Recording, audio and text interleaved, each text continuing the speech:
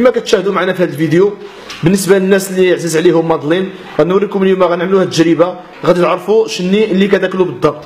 غادي نشبروا مادلين بحال هذه، نحيدوا لها الكاغيط وغادي نطلقوا عليها الماء ونعملوها في واحد الصفاي، وغادي نخليوها نطلقوا الماء وتفتت وتجانس مزيان مع الماء باش تطلق. ملي غتطلق هاد المادلين مزيان مع الماء غادي تشوفوا شني كتاكلوا، غتشوفوا شي حاجه خطيره. ملي نهزوها هكذا غادي نصفيوها، غنبقاو نحركوها مزيان، نزيدو نصفيوها باش يتصفى مزيان العجين، يبقى غير داكشي اللي غادي تشوفوا. الصراحه من بعد هاد التجربه راه صعيب بنادم يبقى عادي نعرفوا شني كناكلوا.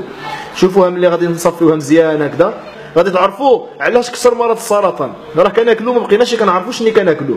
هنا غادي تاكدوا بالضبط علاش كينتشر مرض السرطان في الاونه الاخيره. شوفوا غنزيدوا نقيو هذه مزيان، نزيدوا نقيو ونزيدوا نغسلوا الماء، ومن بعد غادي نشوفوا هذه العجينه اللي بقات، شوفوا شني كيبقى، شوفوا شني كناكلوا.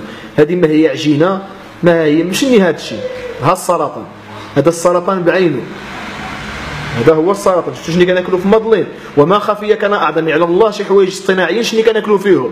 اللي شاف هذا الفيديو يبارطاجي باش الناس تعرف شني كتاكل، والله الله يبعد علينا الامراض وصافي.